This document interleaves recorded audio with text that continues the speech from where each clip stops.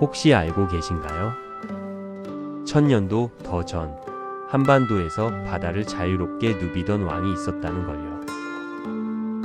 그는 칼로 영토를 넓히는 대신 배를 타고 세상과 손을 맞잡았습니다. 오늘 우리가 만날 사람은 근초고왕. 백제의 전성기를 이끌었던, 그러나 많은 분들이 잘 모르시는 숨은 영웅입니다. 그는 어떻게 닫혀있던 바다를 열었을까요? 전쟁이 아닌 다른 방법으로 나라를 강하게 만들 수 있었던 비결은 무엇이었을까요? 지금부터 함께 그 이야기 속으로 들어가 보겠습니다. 편안하게 들으시면서 마음속 깊은 곳에 작은 울림 하나 남겨가시길 바랍니다.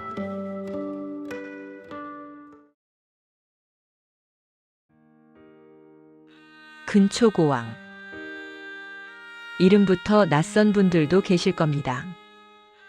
4세기, 정확히는 서기 346년부터 375년까지 그가 왕위에 있던 시절은 백제가 가장 빛났던 순간이었습니다. 그때 세상은 어땠을까요? 중국에서는 여러 나라가 서로 다투고 있었고 한반도 안에서도 고구려와 신라가 힘을 키우고 있었습니다. 바다 건너 일본은 아직 통일된 나라가 아니었습니다. 격변의 시대, 누구나 살아남기 위해 칼을 뽑던 그런 시절이었습니다. 하지만 근초고왕은 조금 달랐습니다. 그는 힘보다 관계를 먼저 생각했습니다. 전쟁보다 대화를, 침략보다 교류를 택했습니다. 당시 백제는 한강 유역을 차지하고 있었습니다. 지금의 서울 일대입니다. 강과 바다가 만나는 그곳은 천혜의 무역항이었습니다.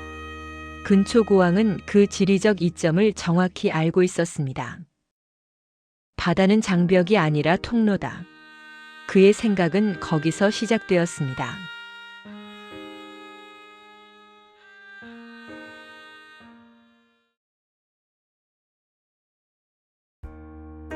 근초고왕 시대의 백제는 바다의 허브였습니다. 마치 오늘날의 싱가포르처럼 말입니다. 작은 나라였지만 세계와 연결되어 있었습니다. 먼저 일본과의 관계를 볼까요? 당시 일본을 왜라고 불렀는데 그곳은 아직 문자도 체계적인 정치 제도도 없었습니다. 근초고왕은 박사들을 보냈습니다. 학자 아즈키와 왕인이 대표적입니다. 그들은 한자를 전하고 유교와 불교를 가르쳤습니다. 단순히 지식을 나눈 게 아니었습니다. 문화를 통해 신뢰를 쌓았습니다. 오늘날로 치면 문화 외교인 셈입니다. 백제는 학문으로 일본과 하나가 되었습니다.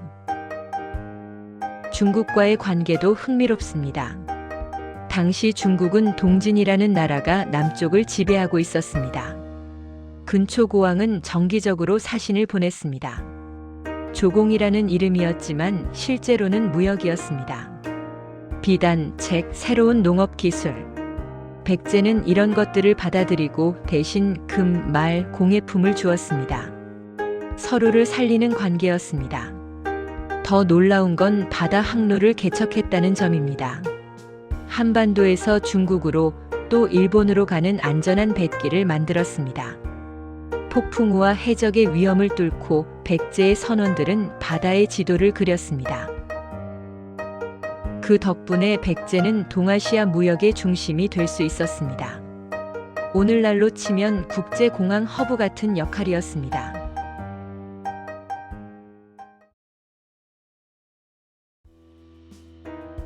근초고왕의 외교를 상징하는 유물이 하나 있습니다. 칠지도. 7개의 가지가 달린 신비로운 검입니다. 서기 369년 근초고왕은 이 검을 외왕에게 선물했습니다. 하지만 이건 그냥 검이 아니었습니다. 검 표면에는 금으로 글자가 새겨져 있습니다.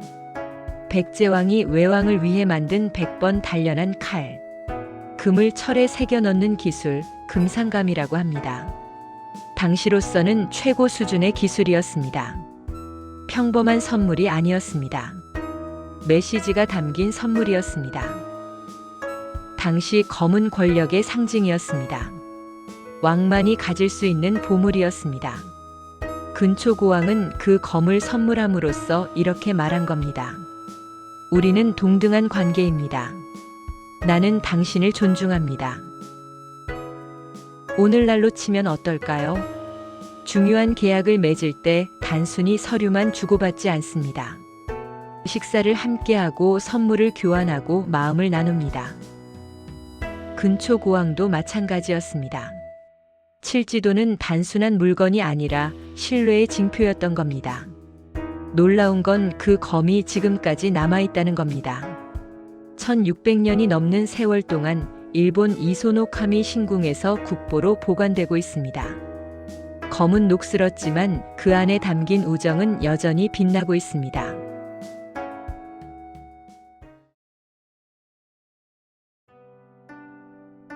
근초고왕의 진짜 위대함은 전쟁에서 이긴 횟수가 아니라 전쟁을 피한 지혜에 있었습니다. 물론 그도 싸움을 했습니다. 고구려의 침략을 막아내기도 했습니다. 하지만 그의 목표는 정복이 아니었습니다. 평화로운 공존이었습니다. 힘으로 얻은 땅은 다시 힘으로 잃는다. 그는 이 진리를 알고 있었습니다. 그래서 외교를 택했고 문화를 무기로 삼았습니다. 리더십에 대해 잠시 생각해 볼까요? 좋은 리더란 무엇일까요? 목소리가 큰 사람? 결단력이 있는 사람? 근초고왕은 조금 달랐습니다. 그는 듣는 사람이었습니다. 신하들의 의견을 경청했고 백성의 목소리에 귀 기울였습니다. 오늘날로 치면 소통하는 리더십입니다. 한 가지 일화가 있습니다. 어느 해 흉년이 들었습니다. 곡식이 부족해지자 백성들이 불안해했습니다. 신하들은 세금을 더 걷자고 했습니다. 하지만 근초고왕은 정반대로 했습니다. 창고를 열어 곡식을 나눠줬습니다. 백성이 배불러야 나라가 든든하다. 그의 말이었습니다. 단기적으로는 손해였을지 모릅니다. 하지만 백성들의 신뢰를 얻었고 그 신뢰는 나라의 힘이 되었습니다.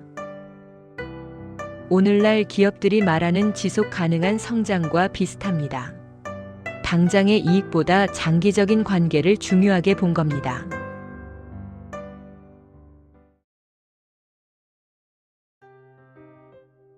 근초고왕에게도 피할 수 없는 숙제가 있었습니다. 바로 고구려였습니다.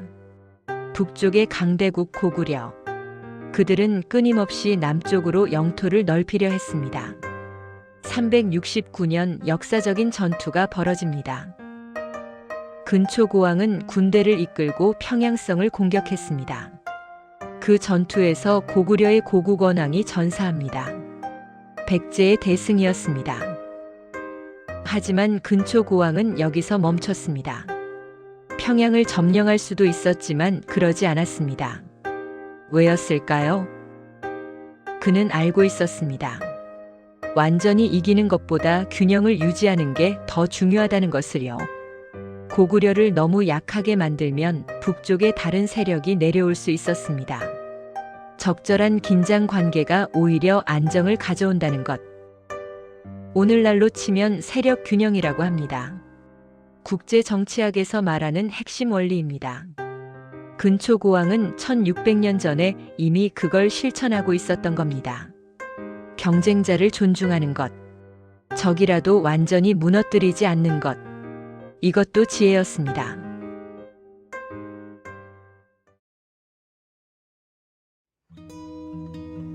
근초고왕이 직접 남긴 글은 많지 않습니다. 하지만 그의 삶 자체가 하나의 메시지였습니다. 그 메시지를 몇 가지로 정리해 볼까요? 첫 번째, 벽은 문이 될 수 있다. 바다는 많은 사람들에게 장벽이었습니다. 건널 수 없는 두려움의 대상이었습니다. 하지만 근초고왕에게 바다는 문이었습니다. 새로운 세상으로 나가는 통로였습니다. 우리 삶에도 이런 순간이 있지 않나요? 두렵고 어렵게 느껴지는 것들. 하지만 관점을 바꾸면 그게 바로 기회가 됩니다. 두 번째, 진짜 힘은 함께할 때 나온다. 혼자서는 할 수 없는 일들이 있습니다. 근초고왕은 이웃 나라들과 손잡았습니다. 경쟁보다 협력을, 대립보다 조화를 택했습니다. 함께할 때 길이 보입니다. 세 번째, 듣는 것이 말하는 것보다 중요하다. 근초고왕은 많이 듣는 왕이었습니다. 백성의 소리, 신하의 조언, 심지어 적의 입장까지 귀 기울였습니다. 소통의 시작은 듣는 것입니다. 네 번째, 오늘의 씨앗이 내일의 숲이 된다. 근초고왕이 뿌린 문화 교류의 씨앗은 수백 년 동안 열매를 맺었습니다. 일본의 아스카 문화, 나라 시대의 찬란함. 그 뿌리에는 백제가 있었습니다. 우리가 오늘 하는 작은 선택들도 마찬가지입니다. 지금은 보잘것없어 보여도 시간이 지나면 큰 숲이 될 수 있습니다.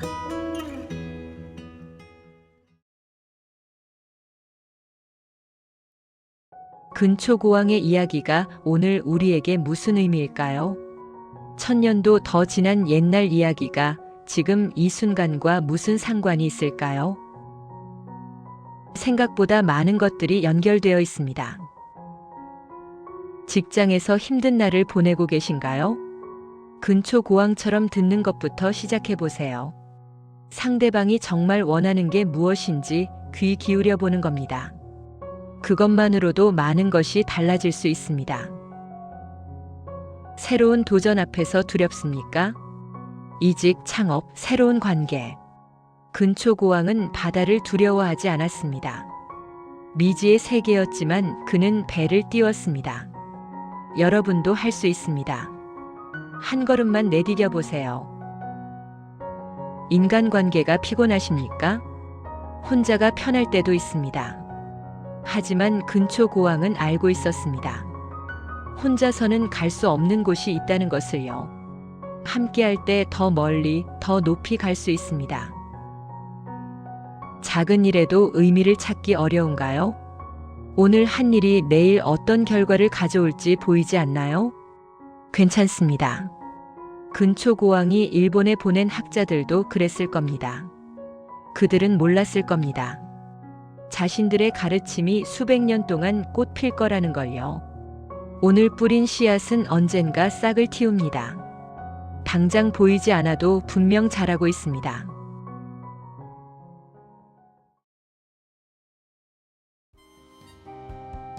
근초고왕이 떠난 후에도 백제의 문화는 계속 흘러갔습니다. 마치 강물처럼요. 일본 나라에 가면 호류지라는 절이 있습니다.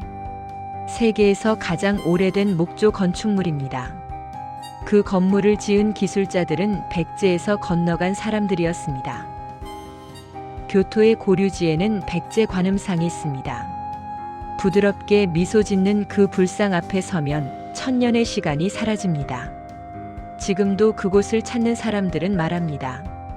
이 아름다움은 어디서 온 걸까? 그 답은 백제입니다. 근초고왕이 열어놓은 바닷길을 통해 건너간 문화였습니다. 우리가 오늘 하는 일들도 그럴 수 있습니다.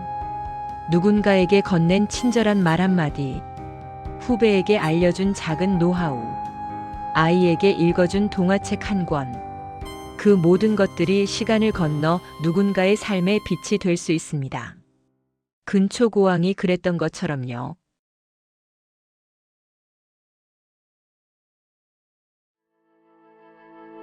오늘 우리는 근초고왕의 삶을 따라 여행했습니다. 천년도 더 전의 이야기지만 묘하게 지금과 닿아 있습니다. 바다를 두려워하지 않고 건넜던 용기, 힘이 아닌 관계로 세상을 바꾼 지혜, 듣고 나누고 함께하려 했던 따뜻함, 이 모든 것이 오늘 우리에게도 필요한 것들이 아닐까요? 잔잔한 파도 소리를 들으며 이 이야기를 마무리합니다. 여러분의 마음에도 작은 파문 하나 남았기를 바랍니다. 오늘 하루도 평안하시길, 그리고 내일은 조금 더 용기 있는 하루가 되시길. 고맙습니다. 구독과 좋아요 부탁드립니다.